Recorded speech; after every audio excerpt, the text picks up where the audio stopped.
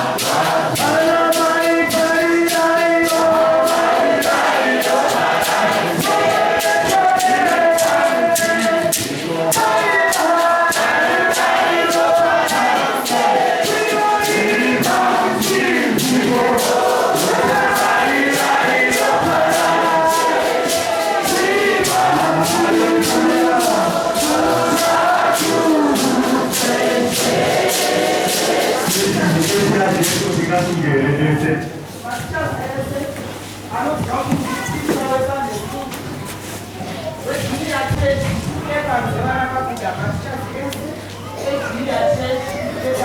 Yesu alisungeleze Vangela sadapariza namata kuti muyamukeni wokumhare mangwanani ekungashira soko rekutuma ameni imbozvaika muparidza asati apariza nanavira pasimba remuyamukeni kuti mwari wakumhare kuti zvinotaurika nezvinoitika zvigare mumwoyo mako nekuti dzimweni dzenguva unosarira mudikani ameni ameni ameni tunati tina matetese muparidza asati atora mukana asi inzwa mwoyo unoti inzwa mwoyo wangu inzwa mwoyo wangu rega kusarira panyaya dzenyasha idzi ameni sarira pane zvimwe asi panyasha mira nekuda kweupenyu hwako turati pinde munguva yekunamata ingozvinamatira ita Jesu pfura ine paneni usati wabva muno makusere anhasi mumangwanani yangu simba remweyamutsvene ringokumhara ameni ririko simba remweyamutsvene riripo rinobvisa mashaimani simba riripo rinorapa vanorwara simba riripo rinodzikinura vakaneta simba riripo riri kuda iyoyo kumira panzvimbo yako ngatinamate imi mangwanani anaya daidza Jesu achiri pacho achavanikwa uchiri kuzvigona nekuti nguva inokwana yauchatadza kushama nemuromo kuti uti Mwari makanaka iwe wotoiona vashaya mukana ngatinamatei kuna Mwari wari kudenga ameni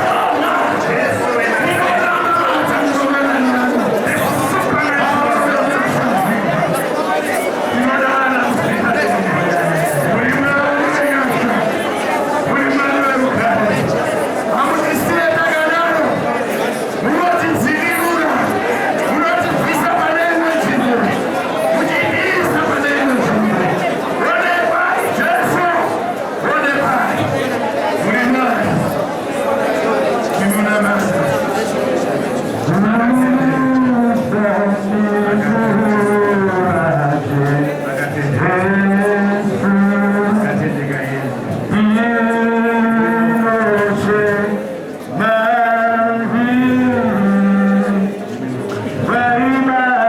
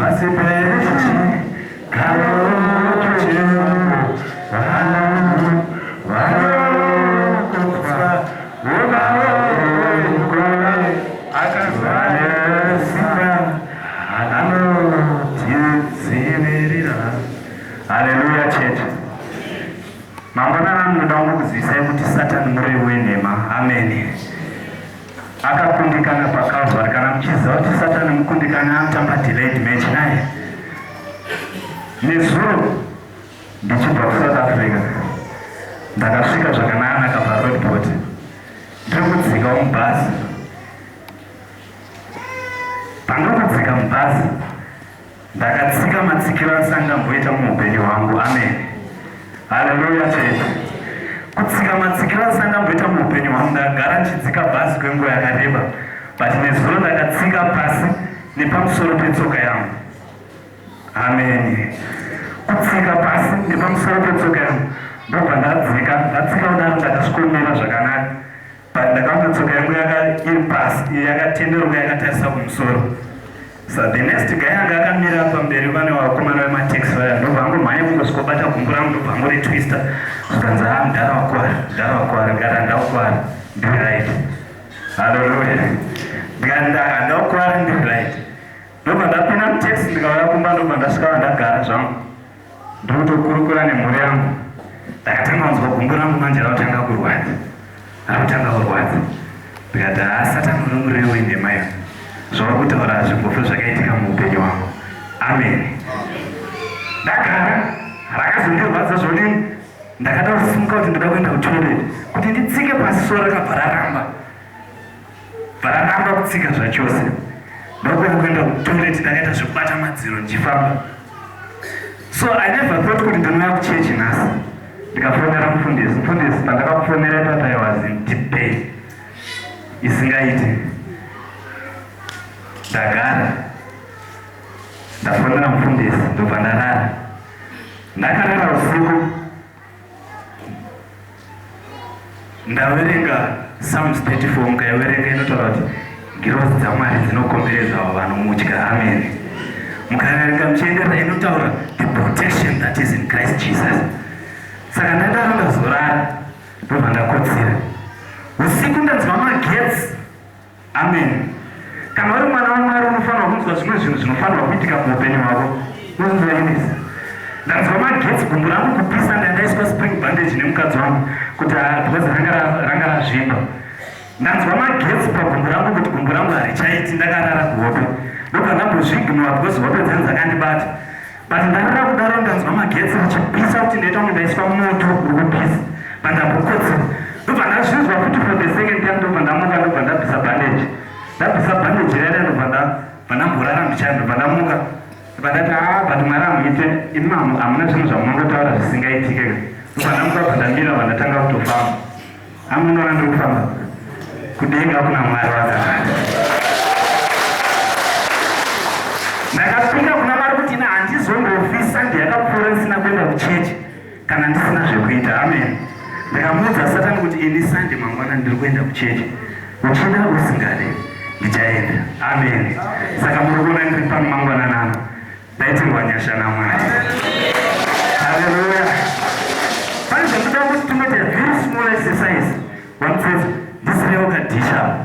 A small exercise about tiite pane zvandataurwa naMwari mangwana nano. Mukonorezi simba ichairabwe pasai pamufundisi. Mukono uchairabwe haikodzero kuti mufundisi wachigara pacheya yakadai sei. Haleluya. Panonoda hawo kundijoina, sebabviro takambozvitaura kuti toda kuisa sofa rinogara mufundisi, but zvakapera nemhepo. Satani wakauya wakabata ukaenda. But ndinotenda Mwari panguva ino mangwananana, whoever wants to join me kuti apa anofanirwa kuisa sofa, ndine 100 rands yangu iri panapa. Mangwana will bring another money, $20 or more. I'm going to bring it to the house of God. Wanoda kuitirwa naMwari zvakanaka mugore rino ratapinda. I'm just giving you a short testimony. Gore rapera iri muna December ndisingakatizvo wada kuitirwa zvakanaka naMwari uyamukande marume. Ndichibva ipapo within a week's time ndakatenga mota. Haleluya. Saka ndina Mwari wenunana wanoita zvinoshamisa mukati meupenyu hwedu. Saka unoda kuitirwa munana pamwe chete neni panguva ino mugore rinei. Bhasiketi riri panapa. Toda kutenga sofa rinogarwa pana namufundisi. Wachikoro muchitimbira. Uyai. Vanoda kuitirwa zvakanaka naMwari chete. Vanoda kuitirwa naMwari zvakanaka. Vanoda kufamba nemunana waMwari. Vanorapwa pasina gwenzi zvandaitwa inini kuti usiku ndinongonzwa magetsi akubata mumiri wangu. Mwari wakundirapa kwakunga ndichifamba ndichiuya kuchechi. Haleluya. Mune simba muroba Jesu, mune simba muroba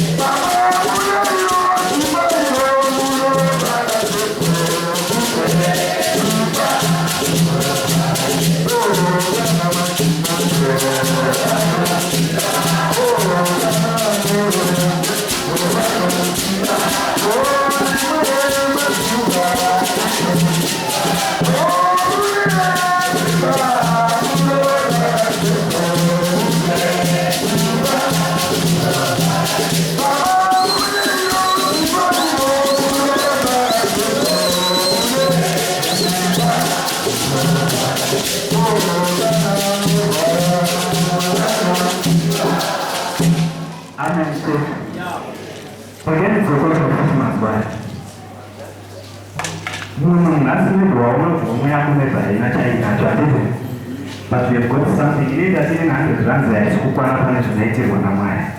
That is chonze ni mangwana. Tulisiruwea nayo mangwana. Kana kweli Mungu hizi patatu Sunday operate. Nene approach kuna mwaya. Finance. Take note of those papers. Just come to operate basket. Once this is set aside, you don't finish what nama here. Mungu mchache kwa sakanaga na mwalimu wewe. Uchaona mnana mkurumu kwenye wako. Uchaona kubata kwa mali zinoshagisa. Amen. Barumpeira atikweza kanaka. Eni kukira mtumu. Wana mtumu opareni. Tuna sila na wao. Wale zawadi kata kwa mali. Tunanawa ikawetunana. Amen. Mwari baba wa yuno mtendai. Yuno mtendai. Nero ya ifapa bepenu. Kupa sipo zenu sakananganya kutenga sikukaria. Kuara kuno kumaya. Tinomutendai tono. Tinomutendai pumba. Rupapa dai zipoma zabifanya wanawe. Nepa bafisa pawatapuza pawezerwe. Musika na kisi. Mungu wapupi nimutera. Tinoda kuona zizigaro zaapo. Nokuti muri mari vanopindira. Masvika enyu tikomborerei. Zita raBaba remwanakomana neremweya unoyera. Amen.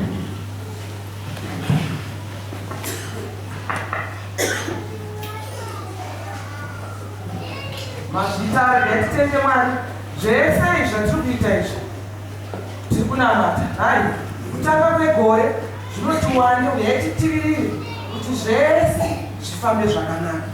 Panguva ino yatinoda kupinda muvhangeri, regai nditore mukana uno varidzi vedu vachaverenga ega bhaibheri. Regai nditore mukana uno kukusumai muparidzi weshoko muzuva ranhasi anova atumwa naJehovha kunewe nekwandiri. Ini tina Mwari wezvishamiso. Haleluya. Regai nditore mukana uno kusimudza Reverend Chimune. Vasati vasimuka vanova ndiyo muparidzi wedu wezuva ranhasi. Tiri kuda kuvafarira. Amen. Nekuti vari kuuya nechikafu cheupenyu hwedu. Amen. Tichati tichengeta kusvika sondo riri kuuya. Tinoda kuvafarira. Vanoridza mhururu vachiridza. Vanoridza mheterwa vachiridza. Vanoridza manja vachiridza. Vanofara nemufaro wavafunga kuti ndingamoita muchechi yaJesu Kristu. Ina handina kutotaura zvangu testimoni yacho. Ndikamurwariro kandakaita. Vakoti meno handitauri testimoni yacho kunyenda. Ati ndiri pano nenyacho. Musondo iro ratafurei. Haleluya. Tinoda kupa kusimudza muparidzi wedu Reverend Chimune. Mungasimuka here? Tikufarirei zvakakwana nevhangeri ravari kuuya naro. Hamuri kusimuka mufundisi. Regai tifarire mufundisi Reverend Chimune nemhururu nemheterwa.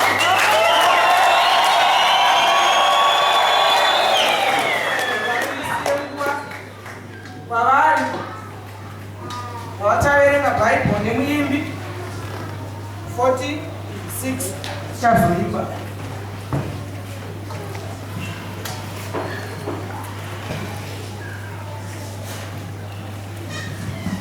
Zita litekisi wedu ndinakutenda Mwari. Ndafunga kuerenga ndoga, handitsika yangu yekuerenga Bible ndega, asi ndaona kuti mavhesi acho akarebesa, saka anoda kuita zvokumhanya, saka ndati ndiverenge ndiri ndega. 1 Kings 18 verse 16 kusvika pa40. 1 Kings 1 Madzimambo 18 kubvira pavhesi 16 kusvika pa40. Toenda pana vaRoma 8 verse 31 ne32. vaRoma 8 verse 31 ne32.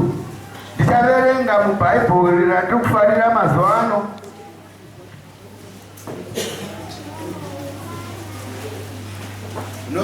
Munozoti mufundisi wangu ari kuerenga Bhaibheri rakaita sei, rakanzi Bhaibheri idzva reChishona, ndo rendichaverenga muna iro.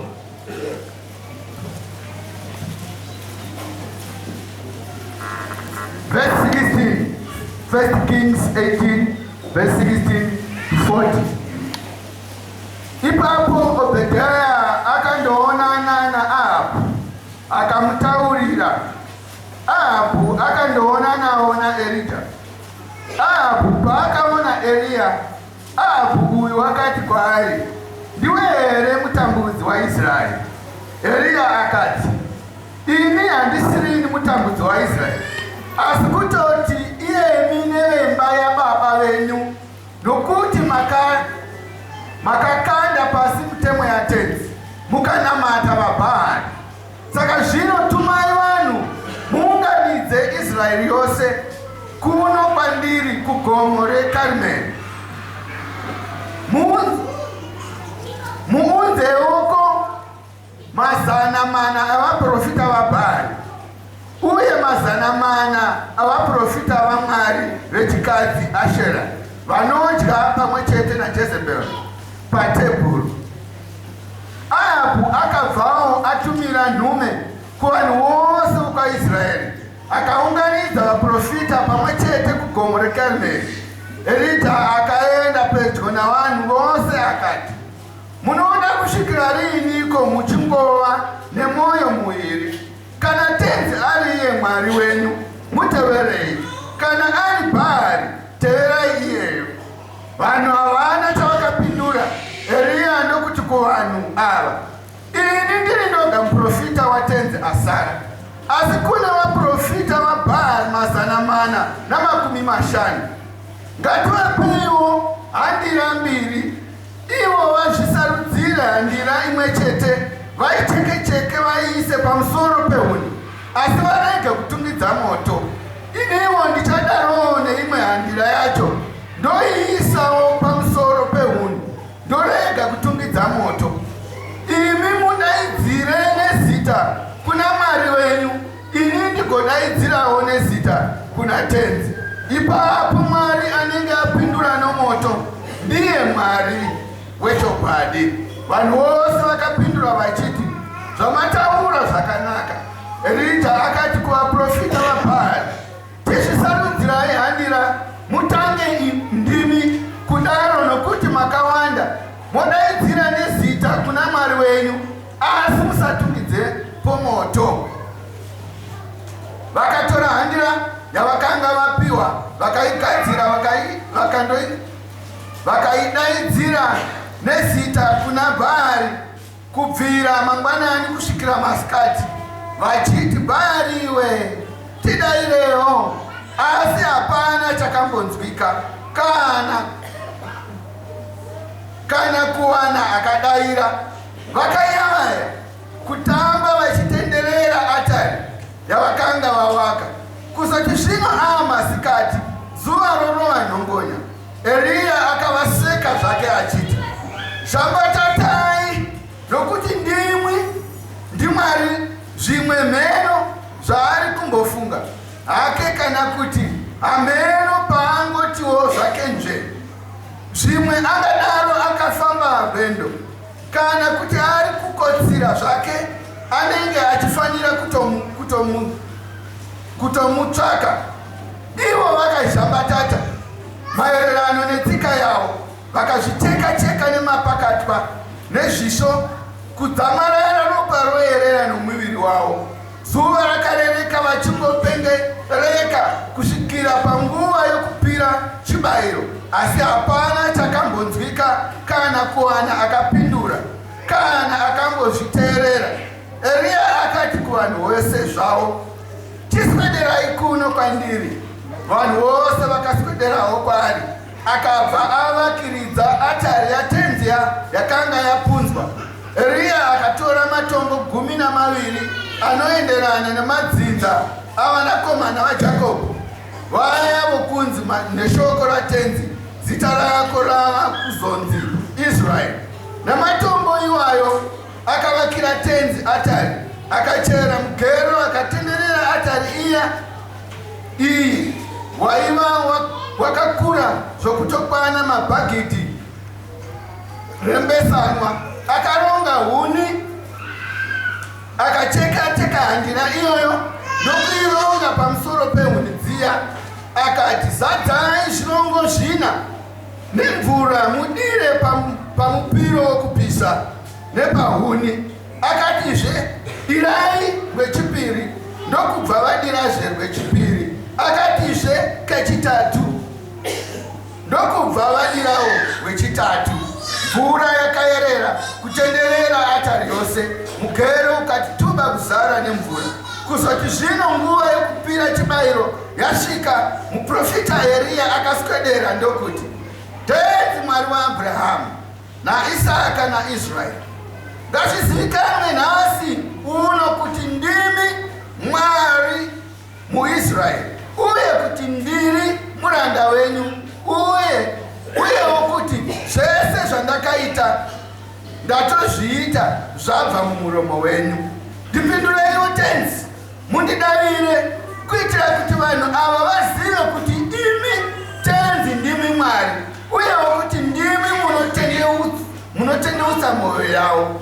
Moto watenzi wakatozomoka ukaroromesa chibayiro chokupisa ichocho, ukaroromesa huni namatombo nevhu, ukanhanzva mvura yakanga iri mumugero. Vanhu vose pavakazviona vakati pasi gwadagwa nousu vachiti, "Tenzi ndiye Mwari, tenzi ndiye Mwari." Eria akavati, "Batai vaprofita vaBhaari, musarega kunyange nomumwe chete wavo achipunyuka." Vakavabata. Eria akadzika navo kurukova runonzi Kishoni, akavaurayira ikoko. Varoma 8 verse 31 ne32. Ko zvino toiteiko nezvakadai izvi? Ko Mwari zvaari kudii kwedu, ndiani angatirwise? Iye asina kuramba nomwanakomana wake waakatopirira isu tose, haazotipiwo here zvinhu zvose pamwe chete naye? Mwari vakomborere kuverenga kweizwi ravo nokuti rinoyera. Ameni.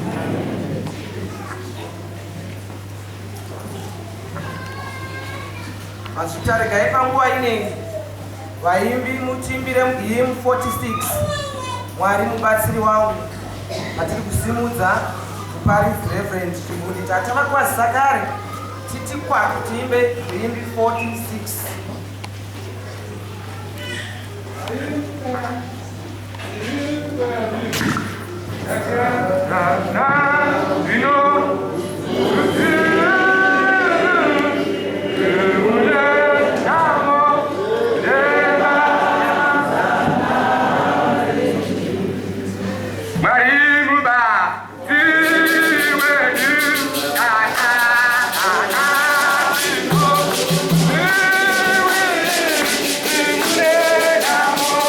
Yeah.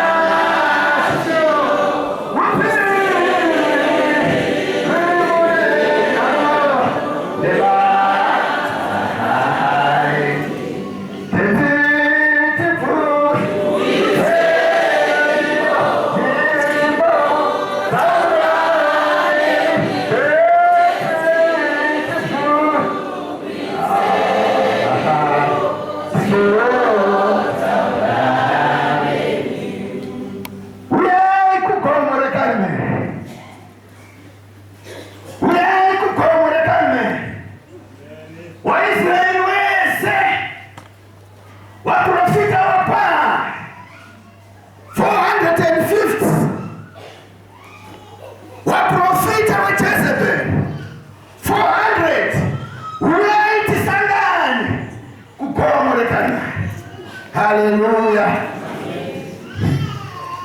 Uyaitisangane kukomore kalme waprofita wa Baali yamakatamba yakakwana wemakaulaya wakakwana. Haleluya. Uyaitisangane kukomore kalme waprofita wa Jezebeli 400 waprofita wa Baali 450. Uyaitisangane kukomore kalme kunenya kukomore kalme kunenya uyaitisangane. I like this boldness. Yung profita. Sikandidini teka. Dasara profita. Wawese wakapera kufa. Jezebeli ni mama sake ese. Wakapita wa profita wa Israel. Ndiyo profita wa Mwetete. Asara profita wa Tenzi. Hallelujah. Boldness. Ine profita wa Mari. Elijah. Profita wani mkalenga Bible lakini mumiyoti context at Mount Carmel, context at Mount Carmel kurasa pamoja.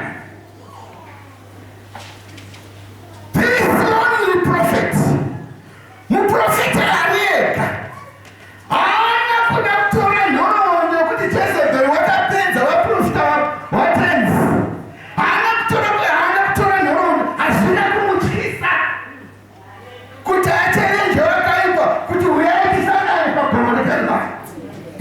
Unasema kama ukanzira Satan so kana kumuchallenge unenge uchiziwa kwa kamera. Haleluya. Kama usingazipa wakamira au challenge ndio kusaka wana wasikeva wakanzi Paulo tinomuziwa. Yesu amunapalita tinomuziwa. Kwa nini munyawa? Tunataka muda wale watimanya nokuti Yesu aipalitwa vanda wasina kumbira naye. Haleluya. Hadimuziwe. Therefore mungati muzita ya Yesu angapalitwa napo because hadimuziwe. Asikana wakamira na Yesu alikulitirwa kusokutara kungita Paulo dialiko natinena kana iya mwari alikulitirwenu kana Yesu alikulitirwenu diani angatinena kuziwa ukumira naye kuziwa alikulitirwako hauchike haufunduke kuti kuna waprofita wakaenda kale wakaenda walikupaliza soko la mwari wakamemba na Jezebeli. Haleluya. Lekaili peka norondi nyayeta lenga muna 1 Kings 18 mungadaku yenga kuvapa verse 1 fika pa 40 kuti mwinzi kisise ndatangira pa 16 ndichichika kureba kwani asi zvakaitika ndezvekuti pano kune muprofita wainzi Elijah wakanga ari umwe waprofita watenzi wakatanga basa muIsraeli vachiparidza kunaka kwaMwari. Asi Elijah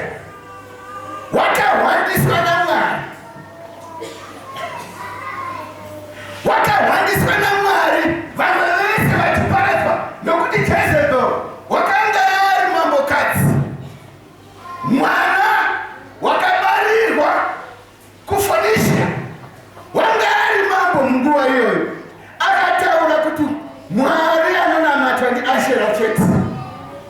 Mwari wokumusha kwangu kuFonisia ndiye anonamatwa. Hakuna vamwe vaMwari vatinoda kuti vazonamatwa. Therefore vaprofita vese vakatsvagwa kuti vanga vapapi vachiurayiwa.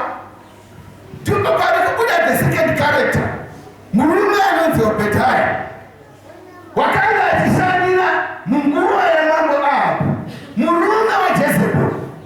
Jezebeli wapedza vaprofita Ahabu wapinda pachigaro wakutonga. Ndipo pavanotsvaka kuti iyeye muprofita wakasiyiwa naJezebeli ambori papi kwakumutsvaka zvikanzi wakatsvaga kunyika dzakatenderera dzese vachitsvaga kuti aripi kuda kumupedzisa. Mwari ndo paanoti kuna Elijah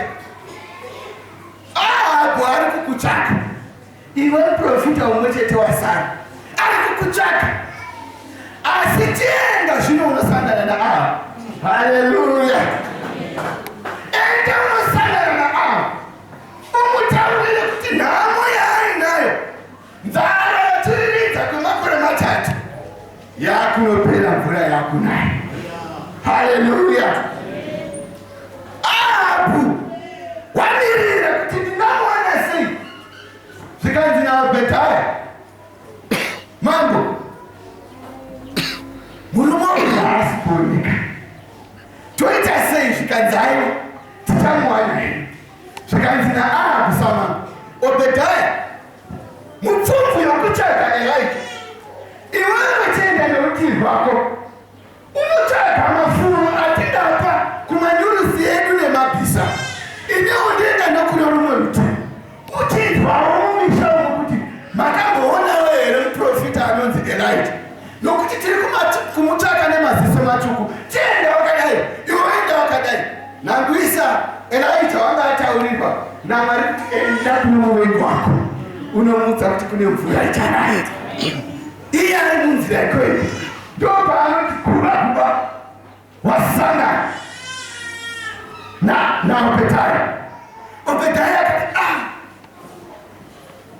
chandanini, ndimwe here muprofita waMwari, ndimwe here Elijah. Zvikanzi ndini zvangu. Simuka Obhedhaya, enda unotaurira ishe wako Ahabu kuti ndini ndiri pano, ndiri kutouya pamuri mambo kuzokuudzai kuti mvura ichanaya. Zvikanzi maita zvisingataurwi, kutituma kuti ndini kuna Ahabu kunokuudza kuti ndakuonai, ndomusiyai muri pano, hazviiti. Kana ndatomuona kudai zvakanaka kutomubatai, ndoenda nemi. Zvikanzi usandibata, ndatumwa naMwari kuti ndiende kuna Ahabu kunomuudza kuti mvura ichanaya. Saka iwe manya unomuudza kuti Elijah ari pano. Haleluya! This boldness mukore ya 2012 inodiwa kumutengi wa Jesu. This boldness. Haleluya! Msoro shokoramu namata Mwari anopindura nemoto, namata Mwari anosipangidza nemoto. Mukore wa 2012 namata Mwari anosipangidza nemoto. Haleluya! Haleluya! Ndinonakidzwa nemurume asingatyi. Mwari muba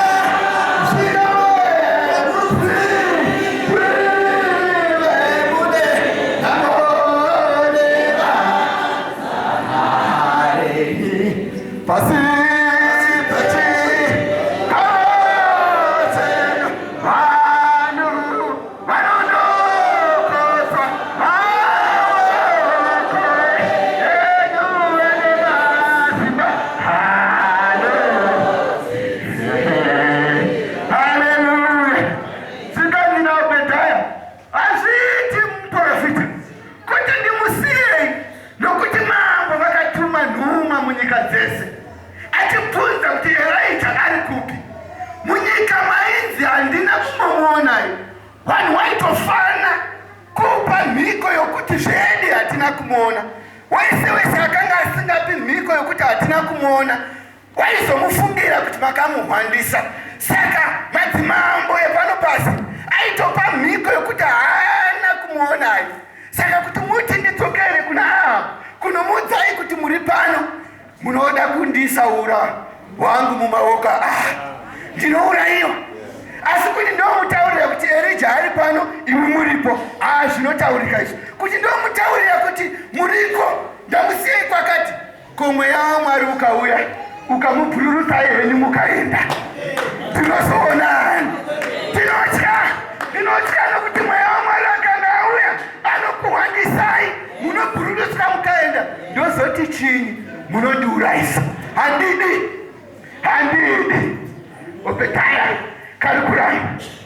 Sikanzi munozviziva here kuti iyeni Obedaya ndiri kushandira zvangu mama, asi ndakahwandisa maprofita 110 mumapako ndichiita 15 mubako, 50 mubako. Ndiri munhu wanotya Mwari. Haleluya. Obedaya kari kushandira hurumende yaSatani, asi ari kuti ndinotya Mwari, ndiri kuno kusaiti. Haleluya. Haleluya. Ndinotya Mwari. Ndakawandisa maprofita munhu, ndikavapa nekutya, ndikavapa timba nemvura, wakatya.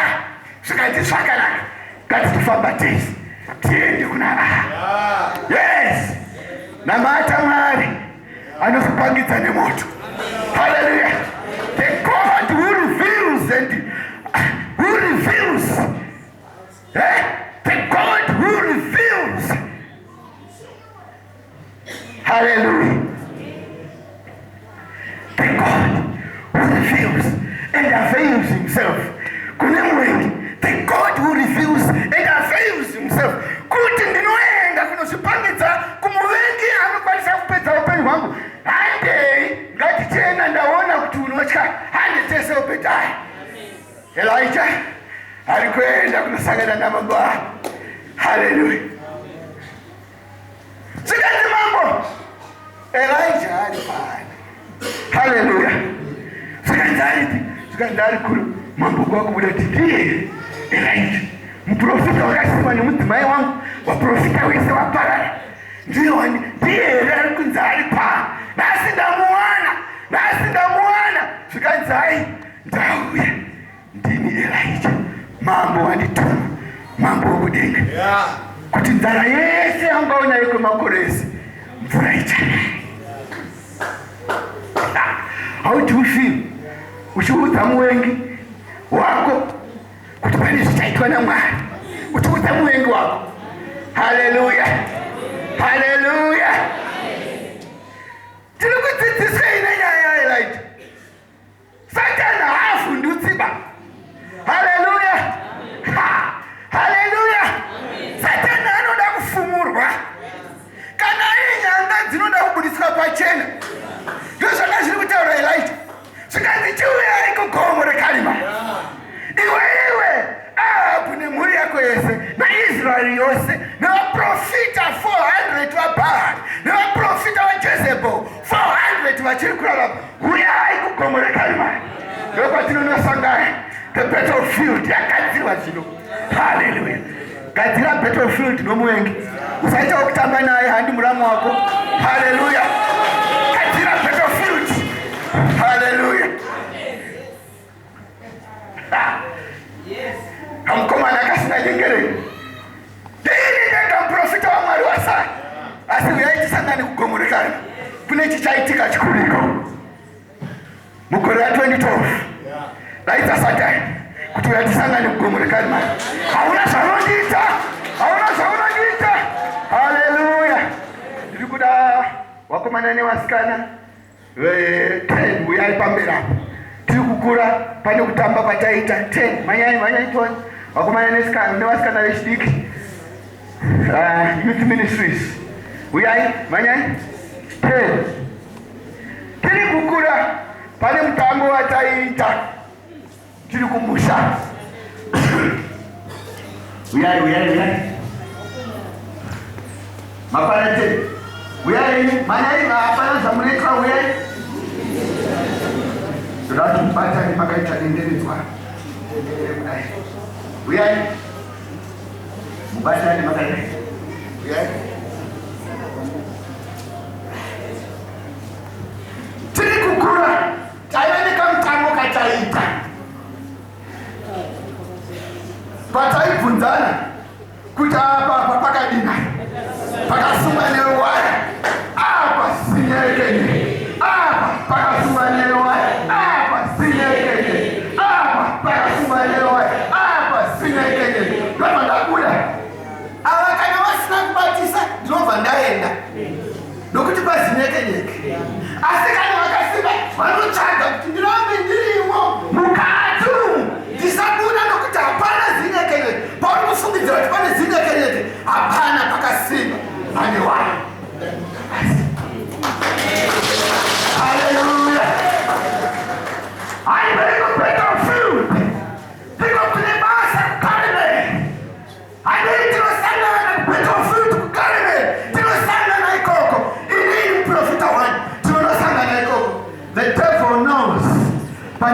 nyeke mukati mopemberi anoziva so kuti apa ndinogona kungopinda apa pakasimba pakasungwa newaya rudairo rwakasimba runoita kuti satani ati apa pakasungwa newaya asi apa zinyekenyeke kuteererwa nasatani musateererwa nasatani musateererwa nasatani anoda kufungurwa. Haleluya, ndakati kunakidzwa nemurume uyu Elijah ari kuita ndei zvikanzi wauya zvikanzi varume waIsraeri munoda kusvikira rini mune mwoyo muiri kana muchinamata tenzi munamate kana muchinamata Bhaari kubva munamate iye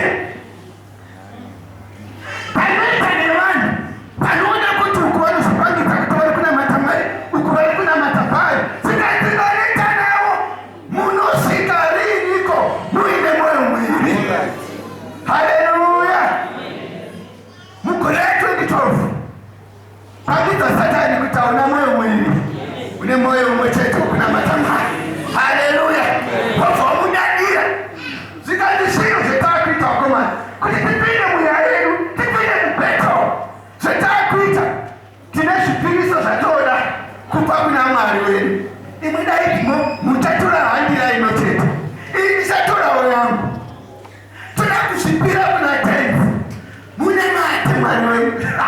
Ndakati kuti ndiri kukomborerwa nokudada kwakamukomana zvikanzi shambatatai mudaidze Mwari wedu.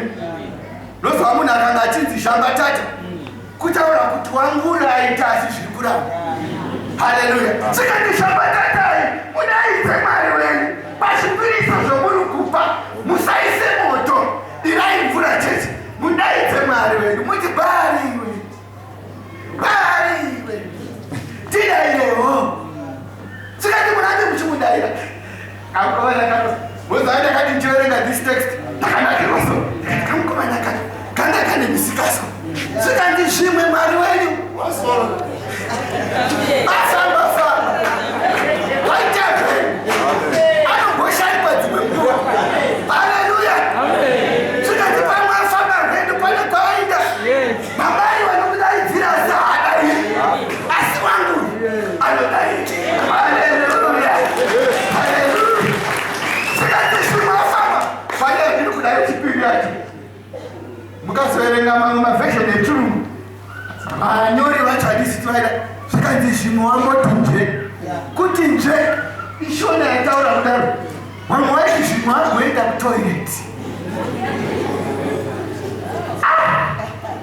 Haleluya, zvikanzi zvimwe agoenda parutivi kumakwenzi zvikanzi ndimwari rudziya anotoenda ake kutoireti saka ndimwari wepasi pano wangu aendi kutoireti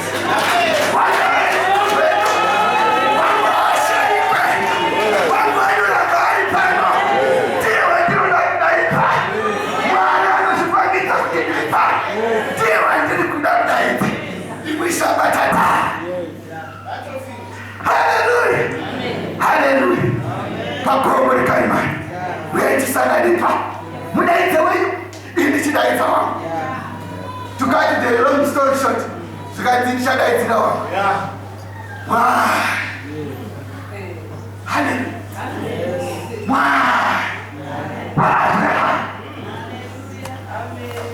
Mwari wa Jakobo, Mwari wa Isaka, Mwari vanonzwa, Mwari wa Shadraka, Meshaki na Abednego, Mwari wa Abraham, pano pabattlefield zvikaitwa ndaisa chibairwa zvikanzi moto wakativirira ukananza mvura yese chibairo chikapera nokuti padaidzwa Mwari anonzwa. Munozviziva here maKristu? Ndinogonedzeka kuti maKristu tinoziva here kuti kuna Mwari anozvipangidza mukati muupenyu hwedu, kuna Mwari. Haleluya, taura neimwe shamwari yangu mufundisi akanditi fundisai vatendi mufundisi kuti mukoro unoyu mwana akanga arwara kana baba mumba asaende kuchipatara asina kutaurira mufundisi. Ndakafara pandakafonerwa naGodwin Kunyetu ari kunditaura kuti ndozvandiri mufundisi. That phone alone kunyangwe isina kuti ndinamatirei inanowedzanga kuti mufundisi pindai mukunamata ndiri kurwadziwa. Haleluya. Zvikandira mufundisi vanhu vasajairire kuenda kuchipatara vasina kutaurira mufundisi. Kunerekana kuti sekuru wakuchipatara ndesapa mamusina mbundibatawo kuti ndingari kurwara makaita sei. Zvikanzi nemake zvikanzi taakuopareta munyika yazara nesatanism. Haleluya. Zvikanzi pane chimwe chipatara munyika yedu inei. Musazonditeera kuti mufundisi tiudzaiwo kuti ndepati asi andi zvakaitika munyika medu muno Mwarari for that matter. Zvikanzi makasvika mune imwe wati ranga ine munhu wanga ari kupiwa ropa. Manesi nevamwe vese musava nezvinhu nazvo asi zvakaita. Zvikanzi muwadi mamune kachende kairwarisa umwe ari kupiwa blood. Pakabuda nesi anoramba ari kutarisa kuti varwere vakamira sei kuma-12 dzeusiku. Zvikanzi masikati kaiswera kachinge kakafa nokurwara kanenge kari kuda kufa. Zvikanzi asi kuma-12 nesi ari kutarisa vanhu vake wakawana kachembere kakamuka kari kumwa ropa rouya wanga ari kupiwa ropa. Nesi yake imwe muri kuitani kwabhatisa. Zvikanzi uyayo kuno uyaimone zviri kuno uyaimone zviri wakuru vachisvika wanei kari kunwaro. Zvikanzi ndikapedza ndikurapa newe waenda kotaurewe ndikapedza kumwa ropa rinei ndikurapa newe. Zvanzi vamwe vakatarisa katipedza uyo akabva adonha wakanzi ndikurapa newe and she died.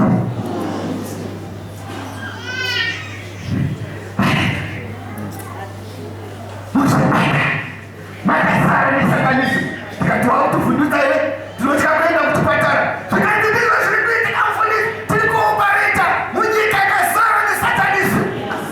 Zvikanzi tangai kunamatira vatendi vasati vaenda kuchipatara nokuti vanosangana nevanhu vakawanda wanda. Satani ari kutova munyika yatiri ari kutova vanamatirei vasati vaenda. Zvichida Mwari anorapa musati maenda. Motadza kosangana nevanhu vanomwa ropa revanhu vasikatana. Fumura Satani shamwari mufumure.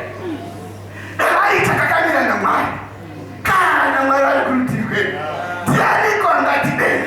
Elaita ari ega asingatarisi kuti ari ega akamira naMwari akati handei pagomo reKarimari ndope muchanoona Mwari wangu. Tiri kunamata Mwari watinoziva here. Tiri kunamata Mwari watinotagadaidza anouya here. Is this God real anymore? Mwari watiri kunamata achiri kurarama here mukati muupenyu hwedu hwokuti ukanga wamudaidza anouya. Mugore ra2012 iti ndoda kunamata Mwari anonzwa. Ndoda kunamata Mwari anozvipangidza nemoto anouya pandinenge ndakudaidza mumasituations ako ese daidza Mwari anonzwa kwete vana Bhaari vasinganzwi. Zvikanzi vakapera kurara hope. Bhaari watadza kutaira zvimwe waita mberi zvimwe waenda musango zvimwe ari kunotanga kumutswa asi Mwari anonzwa uyu ndevandinoda kuti vakomana nevasikana vananga vana namai mugore ra2012 uyai tinamati Mwari anozvipangidza nemoto kuti ndiripo. In your situations usanonoka kudaidza Mwari. Munoziva kuti vatendi dzimwe hombe dzatinosangana nadzo ndedzekuda kwedu. Tinongotadza kuudza muridzi wehondo idzi chete. Tonozviuka tauko dzimwe nguva patova nenhamo asi tinoda kuudza muridzi kumudaidza Jesu uyai bani. Mwari mukuru. Mwari mkuru yumfotwani ine ka unawati yese zvayo yumfotwani inotikomborera ine zvainotaura naMwari mukuru. Haleluya, Mwari mukuru, haleluya. Ndiani akakunamata yumfotwani.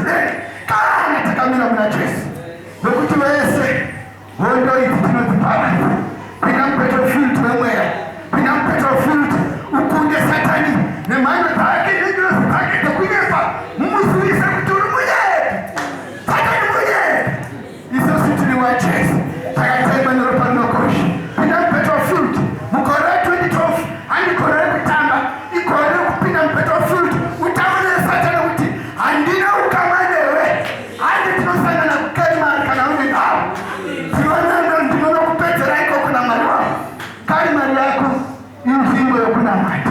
Kalimani yako udairo pakupona fanga mwatese. Tasi yo kalimani. The mind of Carmel. Don't patino no sangani. Don't panopere ya hondo tese. Musatere wani nomwenge. Musatere wani satani. Mufumurei. Kunisa inanga take. Kutimunyeti. Muchawana atitisa. Hallelujah. James 4. Anasema pesani. Anavataura iyo kuti. Resist the devil. Hallelujah. Resist the devil. Resist the devil. And he will flee. Second munamei Satan watatisa. Hallelujah. Umegoro mpetisa. Pilipa all the time. Pilipa conference. Takabaliziwa na Reverend Fanai David Msure alikufa kwa Amerika. Chirungu chishanisira kuti munhu akaparisa nechirungu unonza uchaonacho vanofa kwa Amerika wakaparisa nechirungu. Anetini yokuti what did you see? What did you see? Kuva mutendi weUnited Methodist, what did you see? Wakaona iko kuva mutendi weUnited Methodist, kuva muvhangeri maniponda makaona hemu mupenyu hwenyu. And there was an old man, Reverend William Malaka. Makaone iko baba kuita mfundisi mchisia chimwe chose. Makaone because I saw God.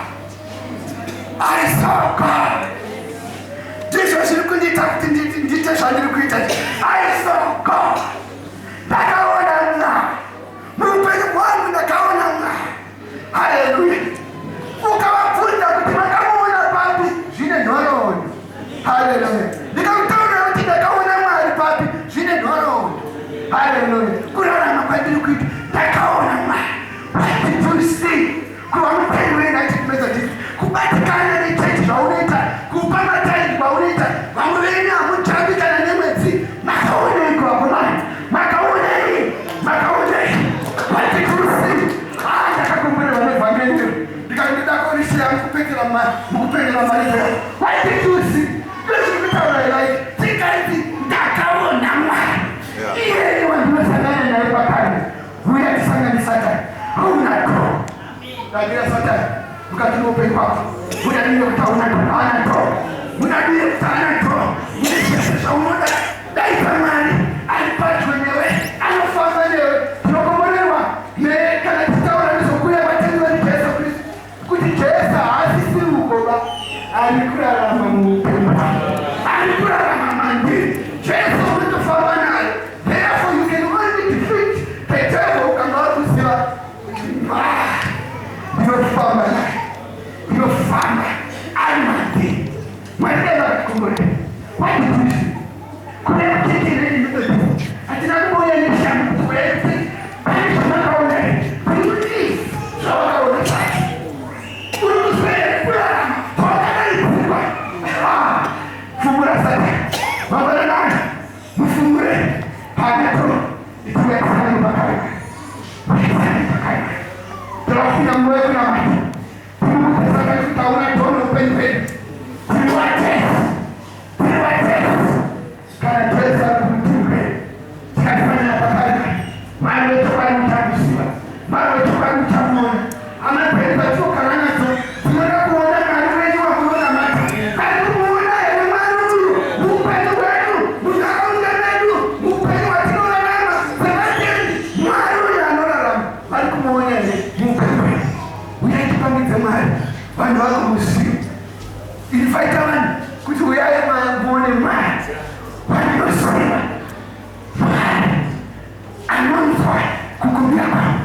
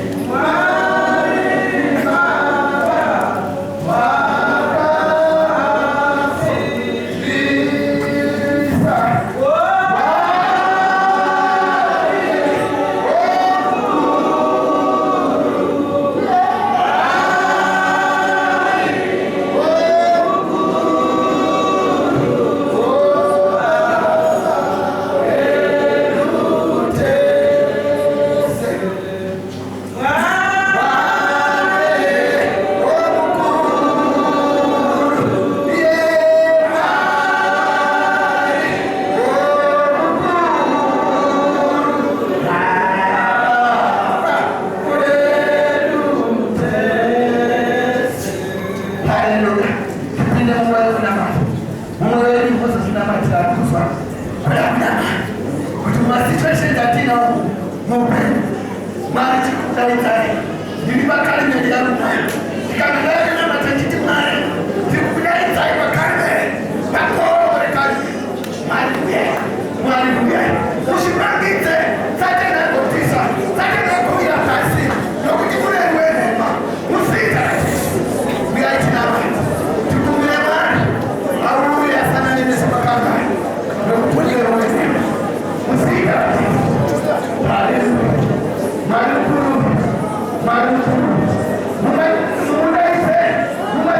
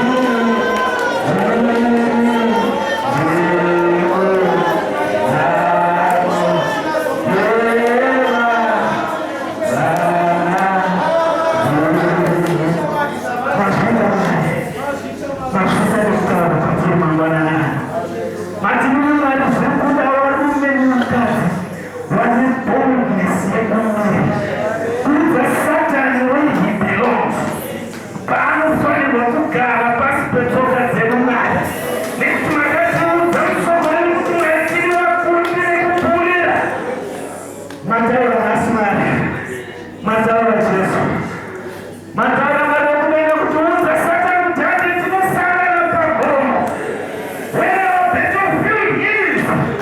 Mwari mangwanani ano tiri kumira pamukana wari mangwanani ano Jesu.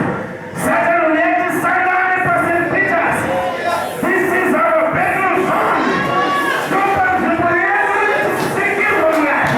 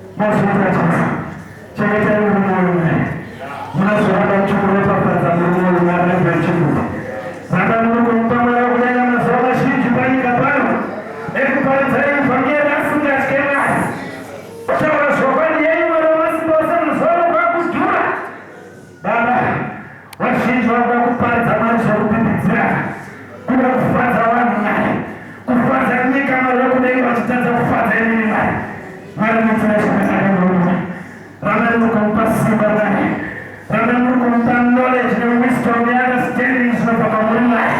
That's what you know. He chose life, not death. Paga o primeiro ministro. Aga santa o primeiro. Não traz a caneta de mulher que mais. Tá com a até Jesus. E traz a caneta que você puta senhora. Let the fire, Lord. Let the fire, Jesus. Let the fire in Jesus' mighty name.